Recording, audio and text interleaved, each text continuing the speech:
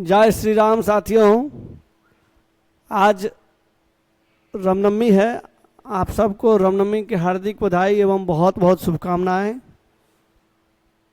आज हम पिछली क्लास में हमने माइक्रोबायोलॉजी का स्टडी किया था, उससे रिलेटेड एमसीक्यू करवाएंगे। सभी हमारे सीनियर मित्र और जूनियर छात्रों का भी रिक्वेस्ट है कि एमसीक्यू ज़्यादा करवाइए। अभी प्रैक्टिस की आवश्यकता है, निश्चित तौर पर प्रैक्टिस की ज़रूरत है और हम लोग लगातार मेहनत कर रहे हैं उस दिशा में कि ज़्यादा से ज़्यादा एमसीक्यू जो बेस्ट टॉपिक है उससे रिलेटेड टॉपिक का भी रिवीजन करवा दें और एमसीक्यू भी करवा दें। आप सबसे रिक्वेस्ट करते हैं, पूजा पाठ भी करिए पर ज़्यादा से ज़्यादा तैयारी करिए और हमारे चैनल को सब्सक्राइब करिए। सोशल मीडिया के माध्यम से जितना हो सकता है ऐप पे हम लोग भी लगातार वीडियो डालने का प्रयास करेंगे। यूट्यूब पे लगातार वीडियो आप लोगों के लिए जाएगा, एमसीक्यू प्रैक्टिस करवाएंगे। लाइव क्लास में भी लाइव भी आके हम टॉपिक और एमसीक्यू करवाने का प्रयास करेंगे।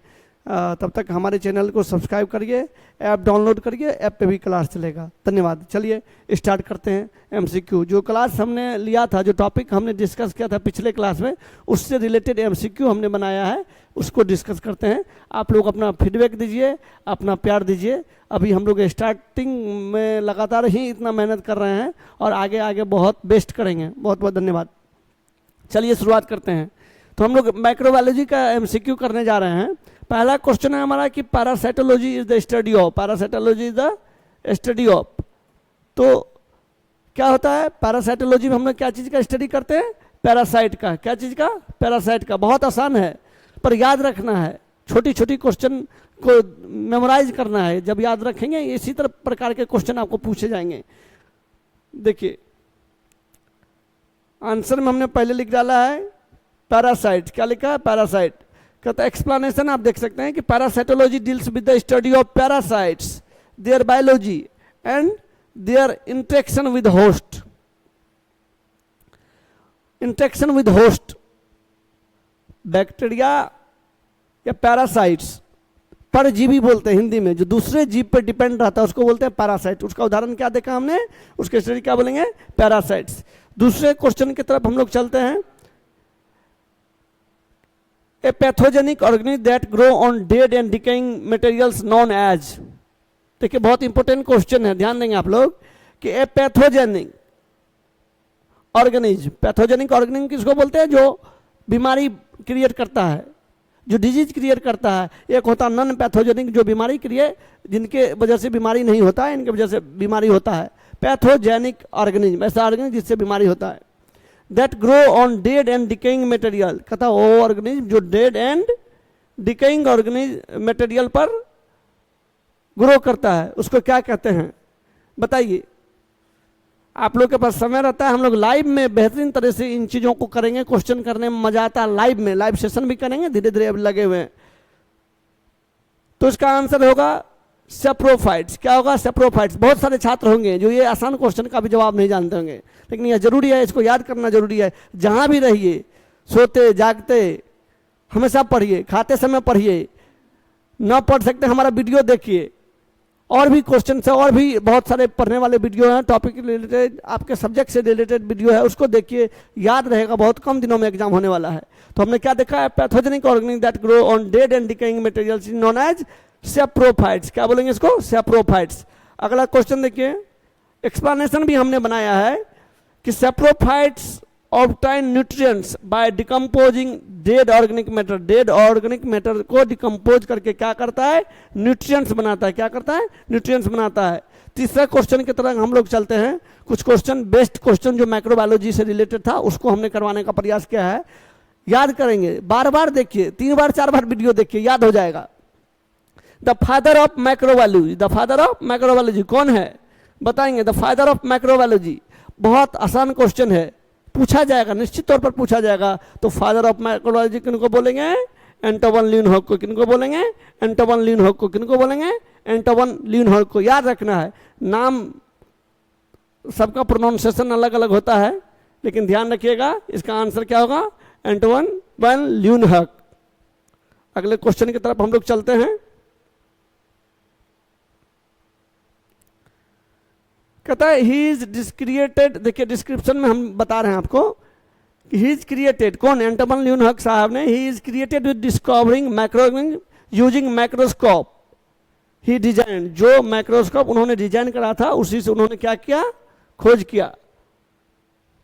देखिए ये क्वेश्चन था हमारा कि द फादर ऑफ माइक्रोबायोलॉजी किसको बोलते हैं, एंटोमन ल्यून हक को, उन्होंने ही खोज करा था। चलिए अगला क्वेश्चन हमारा है कि the rapid growth of bacteria occurs during the, क्या बोलेंगे, the rapid growth of bacteria occurs during the, कब रैपिड ग्रोथ होता है बैक्टीरिया का, rapid lag phase, log phase, decline phase, stationary phase, 4 phase होता है। अब बताइए कि इसमें कौन सा फेज में बैक्टीरिया का रैपिड ग्रोथ होता है। बहुत इंपॉर्टेंट क्वेश्चन है, पूछा जाएगा कि rapid growth of bacteria occurs during the, कब ग्रोथ होता है, तो इसका आंसर होगा log phase, LOG log phase. क्या होता है, इसमें रैपिड ग्रोथ होता है बैक्टीरिया का।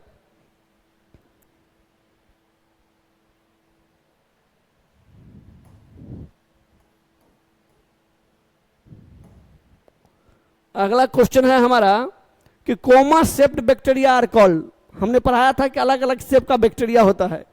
कोमा सेप्ट बैक्टीरिया आर कॉल्ड, क्या बोलेंगे, जो कोमा सेप्ट का बैक्टीरिया रहेगा, इसे कोमा बनाते हैं, कोमा सेप्ट बैक्टीरिया को क्या बोलेंगे हम लोग, क्या बोलेंगे, वाइब्रियो, क्या बोलेंगे, वाइब्रियो।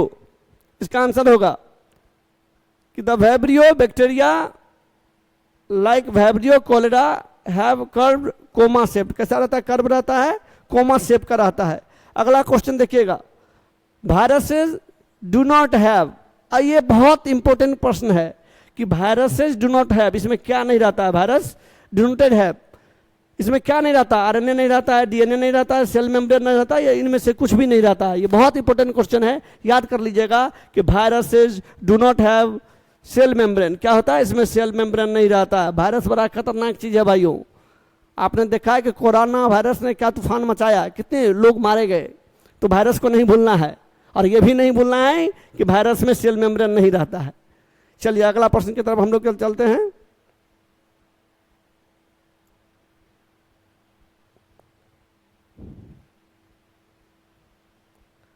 बेसिली आर, हमने पढ़ा था बेसिली के बारे में, ये टाइप ऑफ बैक्टीरिया है, इसके बारे में हम लोग पढ़ा था।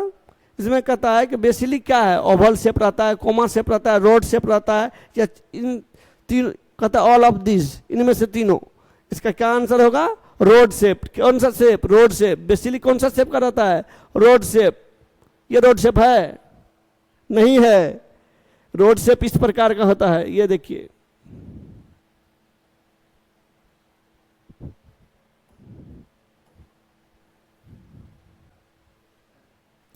तो हम लोग 8वां प्रश्न करते हैं, द लिंक बिटवीन, क्या कहता है, द लिंक बिटवीन, एक second, the link between living and non living organism is, कौन सा ऑर्गेनिज्म है, क्या वायरस है, क्या बैक्टीरिया है, क्या फंगस है, फंगा है, या पैरासाइट है। क्या होगा आंसर, वायरस। क्या होगा, वायरस। क्या होगा answer, the link between living and non living organism is virus, याद रखना है, ना तो वो लिविंग है ना नॉन लिविंग है।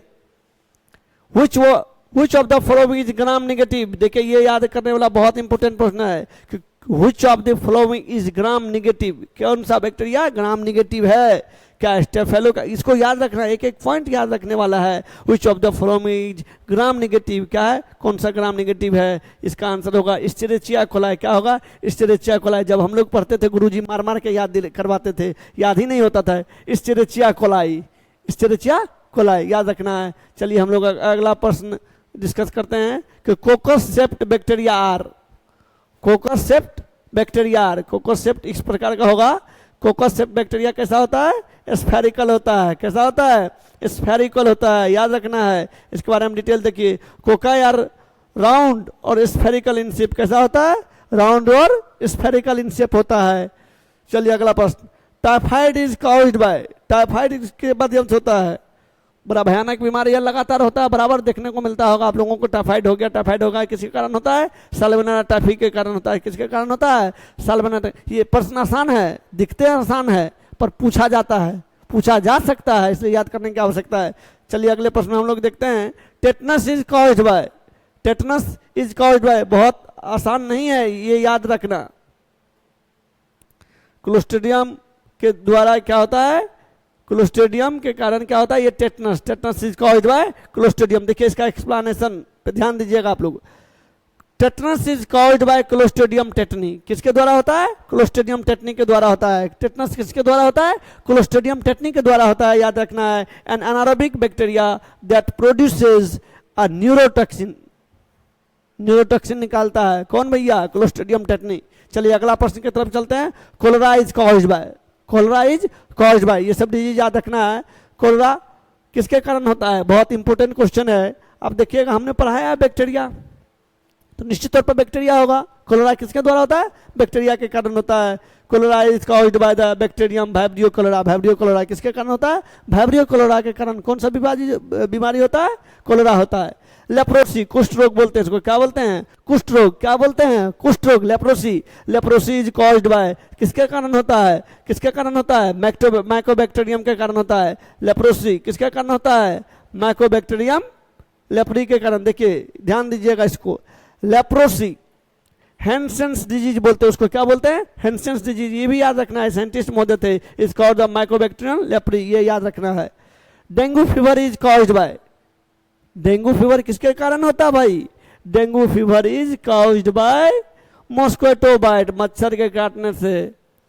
अब बारिश का मौसम आएगा, बच के रहिएगा, मच्छर काटेगा, इसको याद भी रखिएगा, नहीं तो नौकरी काट लेगा। याद नहीं रहने पर नौकरी होने की संभावना करने, इसलिए एक एक प्रश्न को याद करना है। 2 बार 3 बार वीडियो देखिए, देखने से ही याद होता। तो चलिए हम अगला प्रश्न देखते हैं कि same microorganism, same microorganism reenter into the host is, क्या होगा आंसर, देखिए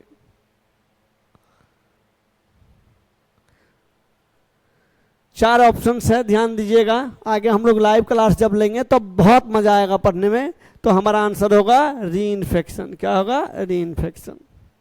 क्वेश्चन क्या था, एक सेकेंड ध्यान दीजिएगा। क्वेश्चन था हमारा कि same microorganism reenter into the host is, हम होस्ट हो गए, अगर कोई बीमारी हुआ अब फिर से हो गया तो उसको क्या बोलेंगे, एक बार इन्फेक्शन तो पहले हुआ फिर दोबारा हो गया तो उसको क्या बोलेंगे, री इन्फेक्शन। चलिए अगला प्रश्न देखते हैं, याद रखना है एक एक टर्म को। Mumps is transmitted by, mumps किसके द्वारा होता है, mumps is transmitted by droplet. Sneezing करते हैं, खांसते हैं हम लोग, ड्रॉपलेट के कारण क्या होता है, मम्स ट्रांसमिट होता है, किसके माध्यम से, ड्रॉपलेट के माध्यम से। एक सेकेंड, एक्सप्लेनेशन भी आप ध्यान से देखिएगा कि mumps is primarily spread through respiratory droplet when an infected person cough और sneeze, जब छींकता है जो infected persons है, जैसे कोरोना वायरस में क्या होता है, एक दूसरे क्या होता था, सब दूर भागते थे एक दूसरे से, कोई मजाक में भी छींक देता था वहां से लोग दूर भाग जाते थे। तो इसी तरह से मम्स किससे फैलता है, स्नीजिंग से, और जिसको कफ रहता है। अगला प्रश्न हमारा है कि who is known as the father of microbiology, कौन जाना जाता है फादर ऑफ माइक्रोबायोलॉजी, किसको बोलते हैं, तो आंसर होगा एंटोन ल्यूनहोक। क्या होगा, एंटोन ल्यूनहोक। हम लोग माइक्रोबायोलॉजी ही पढ़े थे, उससे रिलेटेड ही प्रश्न अभी हम लोग कर रहे हैं। चलिए अगला प्रश्न हम लोग देखते हैं। देखिए अगला प्रश्न हमारा है कि who discover the first antibiotic penicillin, penicillin in 1928। पहला तो ये है, पहला प्रश्न आपका क्या हो गया कि पहला एंटीबायोटिक का खोज कब हुआ था, कब हुआ था, 1928 में। एक क्वेश्चन ये हो गया। दूसरा कि कौन सा एंटीबायोटिक भैया, पेनिसिलिन। तीसरा क्वेश्चन अब यहाँ हम लोग आएंगे कि who discover the first antibiotic, कौन सा साइंटिस्ट डिस्कवर किया था, अलेक्जेंडर फ्लेमिंग साहब ने डिस्कवर किया था। कौन, अलेक्जेंडर फ्लेमिंग साहब ने क्या डिस्कवर किया था, फर्स्ट एंटीबायोटिक डिस्कवर करा था। चलिए